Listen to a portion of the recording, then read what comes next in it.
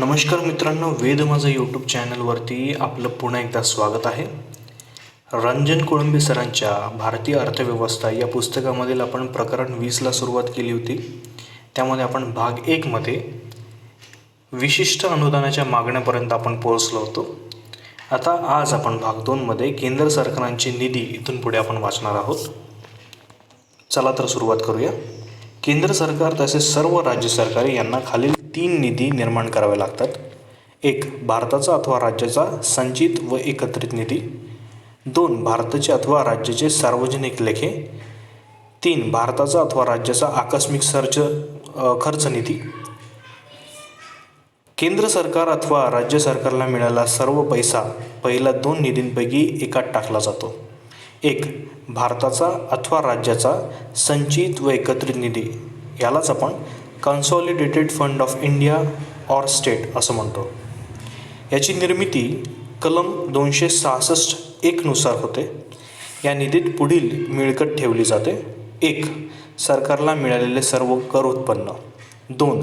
सरकारने घेतलेली सर्व कर्जे. 3. सरकारने दिलेल्या कर्जाची आलेली परतफेड. 4. सार्वजनिक उद्योगांचा नफा. या निधीतून मिळवायचा पैसा लोकसभेच्या अथवा विधानसभेच्या संमतीशिवाय प्राप्त करता येत नाही. 2. भारताचे अथवा राज्याचे सार्वजनिक लेखे, यालाच आपण public accounts of India or state असं म्हणतो.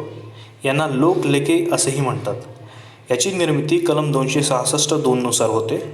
सरकारला वरील पैशांव्यतिरिक्त मिळालेला पैसा या निधीत ठेवला जातो. उदाहरणार्थ पेन्शन निधी, प्रॉव्हिडंट निधीचा फंड, जनतेच्या अल्प बचती, यालाच आपण NSC, KVP, पोस्टातील बचती इत्यादी म्हणतो. हे पैसे सरकार वापरत असते, मात्र ते सरकारच्या मालकीचे नसतात. कालांतराने ते पैसे ज्यांचे आहेत त्यांना परत द्यावे लागतात. त्यामुळे हे पैसे या निधीतून काढण्यासाठी संसदेची मान्यता घेण्याची आवश्यकता नसते. अशा रीतीने सरकार या पैशाबाबत एका बँकरसारखे कार्य करीत असते. तिसरा मुद्दा बघूयात. भारताचा अथवा राज्याचा आकस्मिक खर्च निधी, यालाच contingency fund of India and state म्हणतो. निर्मिती कलम 267 नुसार संसद अथवा राज्य विधिमंडळाच्या कायद्यानुसार. आकस्मिकरित्या उद्भवलेला खर्च भागविण्यासाठी हा निधी निर्माण करण्यात येतो. संसदेच्या अथवा विधिमंडळाच्या कायद्याने ठरविल्याप्रमाणे विशिष्ट रक्कम वेळोवेळी या निधीत ठेवण्यात येते. खर्च करतेवेळी संसदेची संमती घेण्याची आवश्यकता नसते, मात्र त्यानंतरच्या पहिल्या संसदेच्या अधिवेशनात या खर्चाची संमती घ्यावी लागते. संसदेने या खर्चास मान्यता दिल्यास खर्च झालेल्या रकमेएवढी रक्कम संचित निधीतून काढून आकस्मिक निधीत म्हणजे आकस्मिक खर्च निधीत टाकली जाते. हा निधी राष्ट्रपती अथवा राज्यपालाच्या ताब्यात असतो. आता आपण बघूयात अर्थसंकल्पाची रचना. यालाच आपण स्ट्रक्चर ऑफ बजेट असं म्हणतो. हे खूप महत्त्वाचं आहे. याच्यामध्ये आपण काही महत्त्वाचे पॉईंट्स आपण फोकस करू, जे की आयोगाने नेहमी विचारलेले आहेत. जसे की अर्थसंकल्पची आपल्याला इथे बजेट नेमकं काय असतं याच्याबद्दल आपल्याला सांगितलेलं आहे. अर्थसंकल्पात सरकारच्या पुढील आर्थिक वर्षाच्या जमा व खर्चाचे अंदाज असतात. अर्थसंकल्प 2 विभागात विभागले असतात. हे महत्त्वाचं आहे. आता इथून आपण आयोगाने विचारलेल्या महत्त्वाच्या प्रश्नांवर आपण डिस्कस करणार आहोत, त्या टॉपिक्सवर फोकस करणार आहोत. यामध्ये पहिलं आपल्याला बघायला मिळते महसुली अर्थसंकल्प आणि दुसरा आहे भांडवली अर्थसंकल्प. महत्त्वाचं आहे दोन्ही. याच्यामध्ये महसुली अर्थसंकल्पात महसुली अथवा चालू खात्यावरील जमा व खर्चाचा समावेश होतो, तर भांडवली अर्थसंकल्पात भांडवली खात्यावरील जमा व खर्चाचा समावेश होतो. 1987-88च्या अर्थसंकल्पापासून सरकारने महसुली व भांडवली खर्चाचे वर्गीकरण नवीन प्रकारे करण्यास सुरुवात केली आहे. त्यानुसार सार्वजनिक खर्चाचे 2 गट केले जातात. योजना खर्च आणि दुसरं गैर योजना खर्च. याला प्लॅन एक्सपेंडिचर आणि दुसऱ्याला नॉन प्लॅन एक्सपेंडिचर असं म्हणतात. दोन्ही इम्पॉर्टंट आहे. योजना खर्चात केंद्र योजनेवरील खर्च व राज्य योजनेसाठी केंद्राने दिलेला खर्च यांचा समावेश होतो. योजनांवरील खर्चाव्यतिरिक्त खर्च गैर योजना खर्च म्हणून गणला जातो. 2017-18च्या अर्थसंकल्पापासून मात्र असे वर्गीकरण रद्द केले जाणार आहे. कारण 1 एप्रिल 2017 पासून आर्थिक नियोजनाची प्रक्रिया संपुष्टात आलेली आहे. केंद्रीय अर्थसंकल्पाची रचना तक्त्यामध्ये दिली आहे. तो तक्ता आपण पुढे अभ्यासणार आहोतच. महसुली अर्थसंकल्प, यालाच रेव्हेन्यू बजेट म्हणतो आपण. हे देखील महत्त्वाचं आहे. परीक्षेमध्ये यावर प्रश्न विचारण्यात आलेले आहेत. महसुली अर्थसंकल्पात सरकारची महसुली जमा व त्यातून भागवायचा महसुली खर्च दर्शवला जातो. महत्त्वाचं आहे, तुम्ही नोट डाऊन करून घेऊ शकता. महसुली अर्थसंकल्पात सरकारची महसुली जमा त्यातून भागवायचा महसुली खर्च दर्शवला जातो. महसुली जमा रेव्हेन्यू रिसिप्ट्स, महसुली जमेमध्ये कर महसूल व करेतर महसुलाचा समावेश आहे. यावर देखील प्रश्न विचारण्यात आलेला आहे. तुम्ही हे महत्त्वाचं आहे, लक्षात ठेवा. कर महसुलात सरकारच्या सर्व करातून प्राप्त होणाऱ्या महसुलाचा समावेश असतो. त्यामध्ये प्रत्यक्ष कर म्हणजेच आयकर, महामंडळ कर इत्यादी आणि अप्रत्यक्ष कर म्हणजेच अबकारी कर, सेवा कर, कस्टम इत्यादी यांसारख्या प्रमुख करांचा समावेश होतो. करांबद्दलची माहिती भारतीय कर संरचना या स्वतंत्र प्रकरणात दिलेली आहे. ते आपण अभ्यासणार आहोतच. करेतर महसुलात सरकारला करांव्यतिरिक्त प्राप्त होणाऱ्या इतर उत्पन्नाचा समावेश होतो. त्यामध्ये चलन व नाण्यांतून मिळणारा राजकोषीय नफा, व्याज मिळकत म्हणजेच सरकारने राज्य व केंद्रशासित प्रदेशांना दिलेल्या कर्जावरील व्याज, लाभांश व नफा, सार्वजनिक उद्योगांचा नफा, इतर करेतर महसूल म्हणजेच सरकारी सेवा प्रदानातून प्राप्त होणारा नफा, फी आणि दंड इत्यादी यांचा समावेश होतो. आता महसुली खर्च आपण बघूया. हे देखील महत्त्वाचं आहे. परीक्षेमध्ये महसुली खर्चावर प्रश्न विचारण्यात आलेला आहे. रेव्हेन्यू एक्सपेंडिचर, सरकारने आपली संपूर्ण सरकारी यंत्रणा चालवण्यासाठी केलेल्या नेहमीच्या खर्चाला महसुली खर्च असे म्हणतात. खूप महत्त्वाचं आहे, तुम्ही हे लक्षात ठेवा. सरकारने आपली संपूर्ण सरकारी यंत्रणा चालवण्यासाठी केलेल्या नेहमीच्या खर्चाला महसुली खर्च असे म्हणतात. ठीक आहे. त्यांचे विभाजन योजना व गैरयोजना खर्च असे केले जाते. आता हा चार्ट परीक्षेच्या दृष्टीने सर्वात महत्त्वाचा आहे. तुम्हाला हा चार्ट लक्षात ठेवणं गरजेचं आहे. या चार्टमध्ये आपल्याला बरेच प्रश्न बघायला मिळतात. गट ब आणि गट क, तसंच राज्यसेवा पूर्व परीक्षामध्ये पण यावर बरेच प्रश्न आलेले आहेत. मुख्य परीक्षेला पण यावर प्रश्न आहेत. म्हणून यावर प्रश्न आलेले आहेत, नोट डाऊन करून ठेवा आणि हा चार्ट व्यवस्थित बघून ठेवा परीक्षेच्या अनुषंगाने. महसुली अर्थसंकल्प, त्यामध्ये महसुली जमा,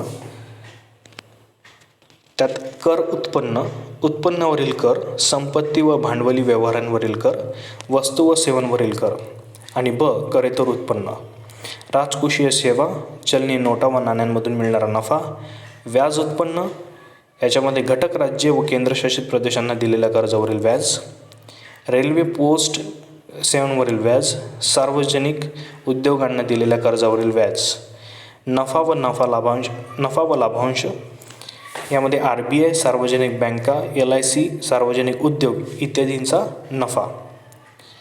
आता आपण तसंच बघणार आहोत भांडवली अर्थसंकल्पामध्ये भांडवली जमा, निव्वळ कर्ज उभारणी, यालाच स्थूल कर्ज परतफेड असं म्हणतो, इतर देणी म्हणजेच सरकार वापरीत असलेल्या जनतेच्या अल्प बचती, उदाहरणार्थ पेन्शन, प्रॉव्हिडंट जमा, पोस्टातील बचती NSC, आणि C कर्ज वसुली म्हणजेच राज्य सरकारे, केंद्रशासित प्रदेश, सार्वजनिक उद्योग इत्यादींना दिलेल्या कर्जाची पुनर्प्राप्ती, आणि D इतर भांडवली मिळकत, उदाहरणार्थ निर्गुंतवणुकीतून प्राप्त होणारा भांडवली जमा. ओके. आता आपण बघणार आहोत महसुली खर्च.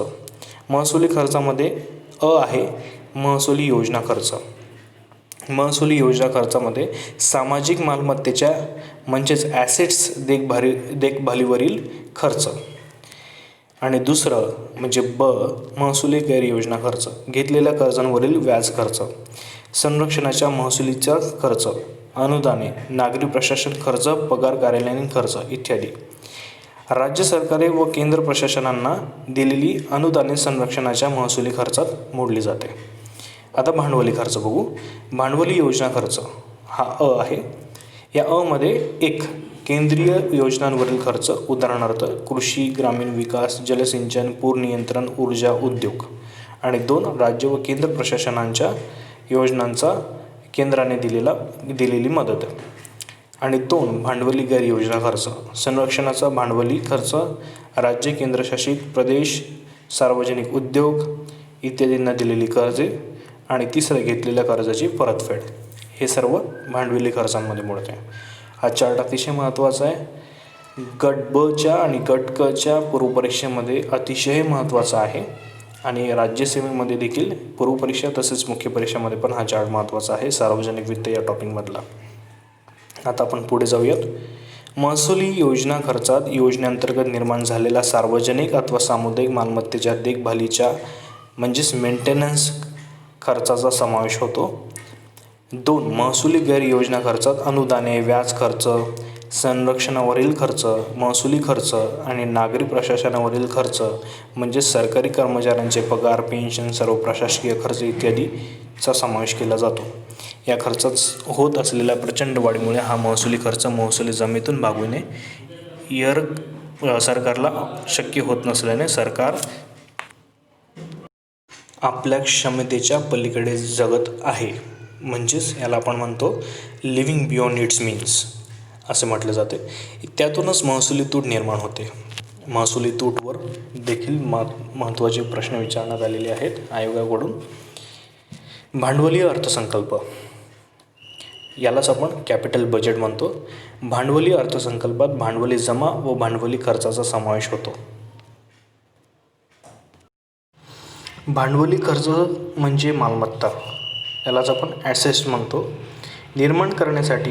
ॲसेट्स निर्माण करण्यासाठी होणारा खर्च आणि कर्ज दिल्याने होणारा खर्च होय.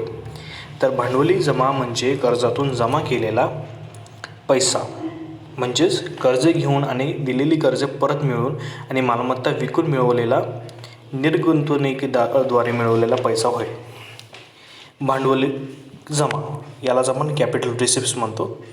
सरकारच्या भांडवली जमेमध्ये कर्ज उभारणी अधिक इतर देणी अधिक कर्ज पुनर्प्राप्ती अधिक इतर मिळकत यांचा समावेश होतो. आता यात आपण पहिलं बघणार आहोत कर्ज उभारणी, याला बॉरोइंग्स म्हणतो. यामध्ये सरकारच्या सर्व अंतर्गत व बाह्य गरजांचा समावेश होतो. त्यामध्ये पुढील प्रकारे उभारलेल्या कर्जांचा समावेश असतो. बाजार कर्जे, मार्केट बॉरोइंग्स, सरकारने जनतेकडून आणि व्यापारी बँकेकडून घेतलेली प्रत्यक्ष कर्जे. याच्यावर बऱ्याचदा प्रश्न आलेले आहेत, हे तुम्ही लक्षात ठेवा. कर्ज उभारणीमध्ये बॉरोइंग्समध्ये जे टाईप्स आहेत हे लक्षात ठेवा. यामध्ये पहिलं आहे मार्केट बॉरोइंग. दुसरं जे आहे सरकारने कोषागार, हुंड्या विकून रिझर्व्ह बँक, व्यापारी बँक आणि इतर वित्तीय संस्थानांकडून मिळवलेले पैसे, हे देखील महत्त्वाचं आहे. आणि तिसरं आहे बाह्य कर्जे, याला एक्सटर्नल बॉरोइंग्स म्हणतात. परदेशी सरकारे आणि आंतरराष्ट्रीय सरकारांकडून संस्थानांकडून मिळवलेली कर्जे. याच्यावर प्रश्न आलेला आहे, तर तुम्ही हे लक्षात ठेवा. ओके, आता आपण पुढे जाऊयात. इतर देणी, अदर लायबिलिटीज, यांमध्ये सरकारकडे जमा असलेल्या जनतेच्या लघु बचतींचा समावेश केला जातो. उदाहरणार्थ पोस्ट ऑफिस बचत खाते, national savings certificates, provident funds इत्यादी. हे पैसे भारताचे सार्वजनिक लेखे, यालाच आपण पब्लिक अकाउंट्स ऑफ इंडिया मध्ये ठेवलेल्या असतात. सरकार त्यातील ठराविक रक्कम स्वखर्चासाठी कर्ज म्हणून वापरत असते. अदर लायबिलिटीजमधले ह्या गोष्टी महत्त्वाच्या आहेत. नंतर आपण बघणार आहोत कर्ज पुनर्प्राप्ती, लोन रिकव्हरी. यामध्ये सरकारने दिलेल्या कर्जाच्या परतफेडीच्या रकमेचा समावेश होतो. चौथं आपण बघूया इतर भांडवली जमा म्हणजेच अदर रिसिप्ट्स. यामध्ये वरील 3 गटा न येणाऱ्या, हे जे 3 गट आपण बघितले म्हणजेच कर्ज उभारणी, इतर देणी आणि कर्ज पुनर्प्राप्ती, यांमध्ये न येणाऱ्या इतर सर्व भांडवली जमेचा समावेश होतो. उदाहरणार्थ सरकारी उपक्रमांचे भाग विकून निर्गुंतवणुकीतून प्राप्त होणारी रक्कम म्हणजेच इतर भांडवली जमा, त्याला अदर रिसिप्ट म्हणतो. आता भांडवली खर्च, हे देखील महत्त्वाचं आहे. याच्यावर परीक्षेमध्ये प्रश्न विचारण्यात आलेले आहेत. ठीक आहे, भांडवली खर्चावर. यालाच आपण कॅपिटल एक्सपेंडिचर असं म्हणतो. सरकारच्या भांडवली खर्चाचे विभाजन योजना खर्च आणि गैर योजना खर्च असे केले जाते. भांडवली योजना खर्चात एक केंद्रीय योजनेवरील खर्च म्हणजेच योजनेअंतर्गत भूमी अधिग्रहण, इमारत बांधकाम, यंत्रे व साधनांवरील खर्च, सार्वजनिक उपक्रमांच्या शेअर्समधील गुंतवणूक इत्यादी यामध्ये समाविष्ट करण्यात येते. आणि 2 राज्य योजनांना केंद्र सरकारने केलेली मदत यांचा समावेश होतो. ओके, आता आपण सेकंड बघूया. भांडवली गैर योजना खर्चात सरकारने पुरवलेल्या विविध साधारण सामाजिक व आर्थिक सेवांवरील भांडवली खर्चाचा समावेश होतो. त्यामध्ये संरक्षणावरील भांडवली खर्च, तसेच राज्यांना कर्जे देणे आणि घेतलेल्या कर्जाची परतफेड करणे यांचाही यामध्ये समावेश करण्यात येतो. आता आपण बघणार आहोत अर्थसंकल्पाचे प्रकार. हे सर्वात महत्त्वाचं आहे. परीक्षेमध्ये अर्थसंकल्पाच्या प्रकारांवर देखील विचारण्यात येतो. अर्थसंकल्पाच्या प्रकारामध्ये एकूण उत्पन्न व एकूण खर्च अशा पद्धतीचं विभागणी केलेली आहे. हे लक्षात ठेवा, यावर प्रश्न येतात. एकूण उत्पन्न यामध्ये महसुली जमा अधिक भांडवली जमा याबद्दल माहिती मिळते एकूण उत्पन्नामध्ये. आणि एकूण खर्चामध्ये महसुली खर्च आणि भांडवली खर्च याची माहिती मिळते. यानुसार अर्थसंकल्पाचे पुढील 3 प्रकार पडतात. हे प्रकार अतिशय महत्त्वाचे आहे, तुम्ही नोट डाऊन करून घेऊ शकता. यामध्ये समतोल अर्थसंकल्प, शिल्लकी अधिक्याचा अर्थसंकल्प म्हणजे याला सरप्लस बजेट म्हणतो, अधिक्याचा अर्थसंकल्प, आणि तिसरं आहे तुटीचा अर्थसंकल्प. याच्यावर प्रश्न आलेले आहेत आयोगाकडून. समतोल अर्थसंकल्प, बॅलन्स बजेट. जेव्हा सरकारने आपल्या अर्थसंकल्पात पुढील आर्थिक वर्षासाठी अंदाजित उत्पन्न व अंदाजित खर्च दोन्ही सारखेच मांडलेले असतात, तेव्हा त्या अर्थसंकल्पास समतोल अर्थसंकल्प असे म्हणतात. शिल्लकी म्हणजेच अधिक्याचा अर्थसंकल्प, यामध्ये सरप्लस बजेट म्हणजेच शिल्लकी अधिक्याचा अर्थसंकल्प असं म्हटले जाते. जेव्हा सरकारने आपल्या अर्थसंकल्पात पुढील आर्थिक वर्षासाठी अंदाजित उत्पन्न अंदाजित खर्चापेक्षा जास्त मांडले असते, महत्त्वाचं आहे, अंदाजित उत्पन्न अंदाजित खर्चापेक्षा जास्त मांडले असते, त्या अर्थसंकल्पास शिल्लकी अर्थसंकल्प म्हणतात. यावर देखील प्रश्न विचारण्यात आलेला आहे. तिसरं आता आपण बघूया तुटीचा अर्थसंकल्प, डिफिसिट बजेट. जेव्हा सरकारने आपल्या अर्थसंकल्पात पुढील आर्थिक वर्षासाठी अंदाजित उत्पन्नापेक्षा अंदाजित खर्च जास्त मांडलेला असतो, तेव्हा त्या अर्थसंकल्पास तुटीचा अर्थसंकल्प म्हणतात. साधारणतः यावर जास्त प्रश्न विचारण्यात आलेले आहेत, कारण की भारताचा अर्थसंकल्पाचा जो प्रकार असतो तो जो मांडतात, त्या अर्थसंकल्पाचा जो प्रकार असतो तो तुटीचा अर्थसंकल्प म्हणजेच डिफिसिट अर्थसंकल्प, डिफिसिट बजेट आपण म्हणतो. म्हणून यावर प्रश्न येतात. भारतासारख्या विकसनशील देशात मुख्यतः तुटीचाच अर्थसंकल्प सादर केला जातो.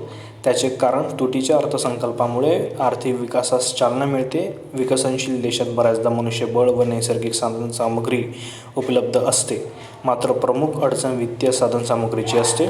अशा वेळी गुंतवणुकीसाठी मोठा खर्च दाखवून अर्थसंकल्पात तूट निर्माण केली जाते. सरकार ही गुंतवणूक प्राधान्य क्षेत्रात व आवश्यक तेथेच करते, उदाहरणार्थ पायाभूत उद्योग निर्मिती इत्यादी. त्यामुळे पैशाची मागणी वाढते. राष्ट्रीय उत्पन्न व दरडोई उत्पन्न वाढल्याने लोकांची वस्तू व सेवांची मागणी व पर्यायाने त्यांच्या किमती वाढतात. त्यामुळे उद्योजकांना उत्पादन वाढविण्यास प्रेरणा मिळते. महत्त्वाचं आहे, तुम्ही हा पॉईंट लक्षात ठेवू शकता की तुटीचा अर्थसंकल्प भारतामध्ये का मांडला जातो. ठीक आहे, आता आपण बघूया तुटीच्या संकल्पना. यावर देखील दरवर्षी प्रश्न येण्याची शक्यता असते.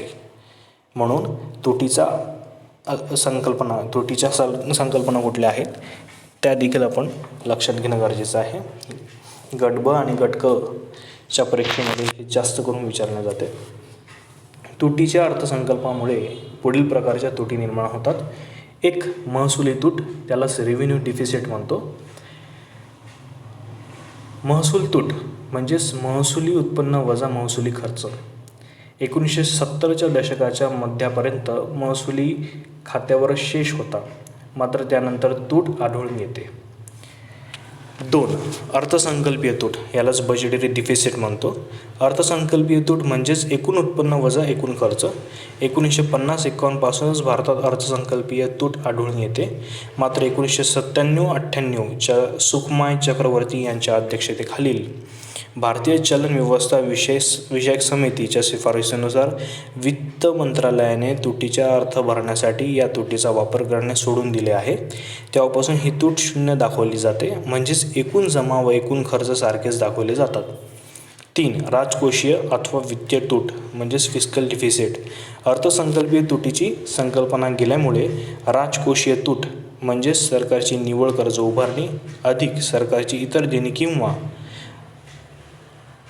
किंवा यामध्ये आपण दुसरा प्रकार बघतो राजकोषीय तूटमध्ये. त्याचा दुसरा फॉर्म्युला आहे एकूण खर्च वजा महसुली जमा अधिक कर्ज पुनर्प्राप्ती अधिक इतर भांडवली मिळकत. यामध्ये देखील आणखी एक ऑप्शनमध्ये तिसरा फॉर्म्युला दिलेला आहे राजकोषीय तुटीचा, एकूण खर्च वजा महसुली जमा अधिक कर्ज इतर भांडवली जमा. हे तिन्ही महत्त्वाचं आहे. परीक्षेच्या दृष्टिकोनाने तुम्ही हे नोट डाऊन करून घेऊ शकता. ओके, याच्यावर प्रश्न विचारण्यात आलेले आहेत. संकल्पनेच्या दृष्टीने राजकोषीय तूट म्हणजे सरकार आपल्या तूट उत्पन्नापेक्षा किती जास्त खर्च करीत आहे ते रक्कम होय. हा जास्तीचा खर्च भागवण्यासाठी सरकारने एका वर्षात घेतलेला एकूण कर्ज म्हणजेच सरकारची राजकोषीय तूट होय. राजकोषीय तूट रकमेमध्ये तसेच GDPच्या टक्केवारीमध्ये दर्शवली जाते.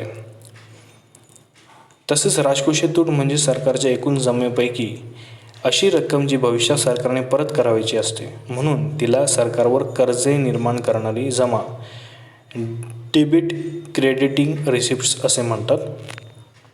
आता आपण चौथं बघणार आहोत प्राथमिक तूट प्रायमरी डिफिसिट. प्राथमिक तूट म्हणजेच राजकोषीय तूट वजा घेतलेल्या कर्जावरील व्याज खर्च. 1992-93च्या अर्थसंकल्पापासून या संकल्पनेचा वापर करण्यात आलेला आहे. प्राथमिक तुटीचा महत्त्वाचा आहे. 5. प्रभावी महसुली तूट, यालाच इफेक्टिव्ह रेव्हेन्यू डिफिसिट असं म्हणतो. प्रभावी महसुली तुटीची संकल्पना 2011-12च्या अर्थसंकल्पात पहिल्यांदा वापरण्यात आली. 2012च्या वार्षिक वित्तीय विधेयकात FRBM कायद्यात केलेल्या सुधारणेद्वारे या तुटीच्या संकल्पनेला वैधानिक दर्जा देण्यात आलेला आहे. महत्त्वाचं आहे, तुम्ही हे लक्षात ठेवा. FRBM कायद्यामध्ये याला वैधानिक दर्जा देण्यात आलेला आहे. ओके, प्रभावी महसुली तूट म्हणजे महसुली तुटीतून भांडवली मालमत्ता निर्माण करण्यासाठीची अनुदाने वजा केल्यानंतर येणारी तूट होय. म्हणजेच प्रभावी महसुली तूट म्हणजे महसुली तुटीतून भांडवली मालमत्ता निर्माण करण्यासाठीची अनुदाने वजा केल्यानंतर येणारी तूट होय.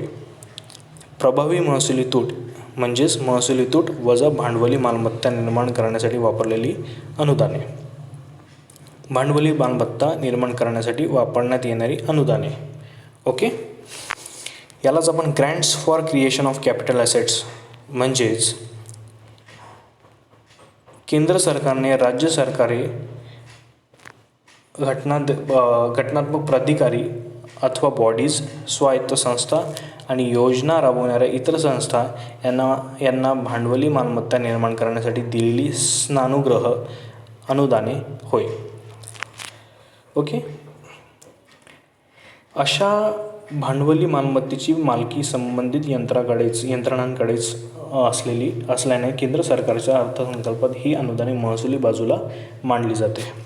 ओके, 2012च्या सुधारणेद्वारे प्रभावी महसुली तूट मार्च 2015पर्यंत नष्ट करण्याचे लक्ष घालण्यात आले आहे. आता आपण बघणार आहोत तुटीचा अर्थभरणा म्हणजेच तुटीचे अर्थप्रबंधन.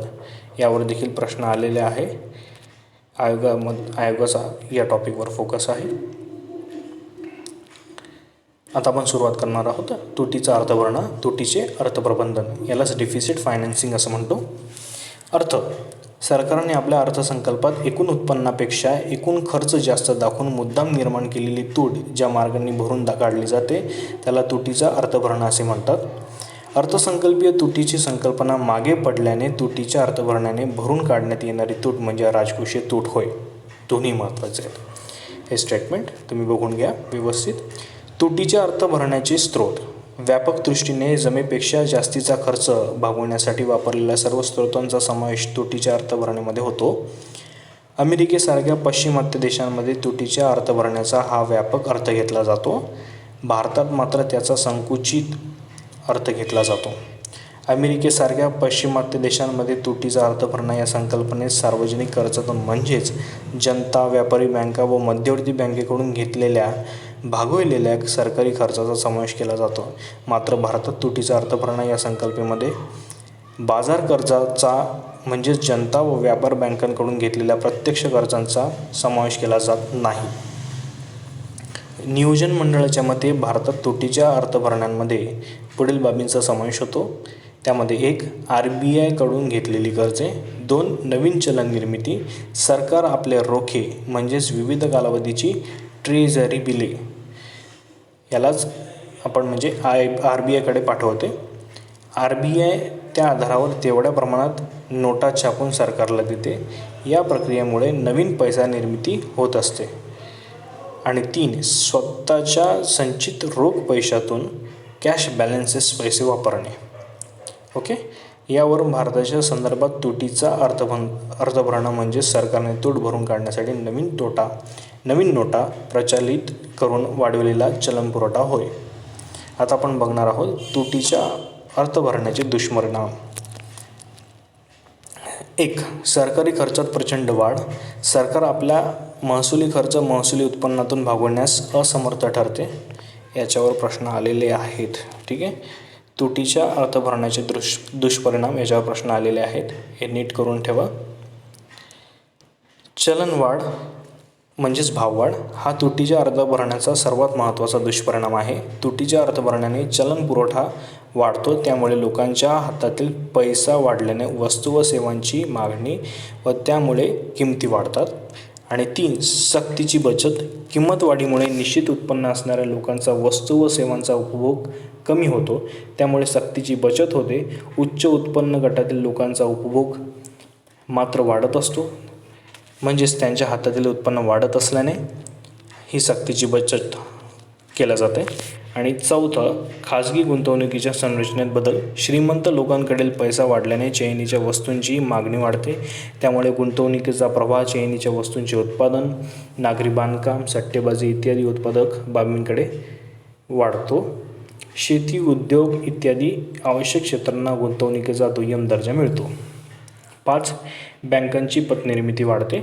बँकांकडील ठेवींमध्ये वाढ झाल्याने त्याची कर्ज देण्याची क्षमता वाढून त्यांची पतनिर्मिती प्रक्रिया वाढीस लागते.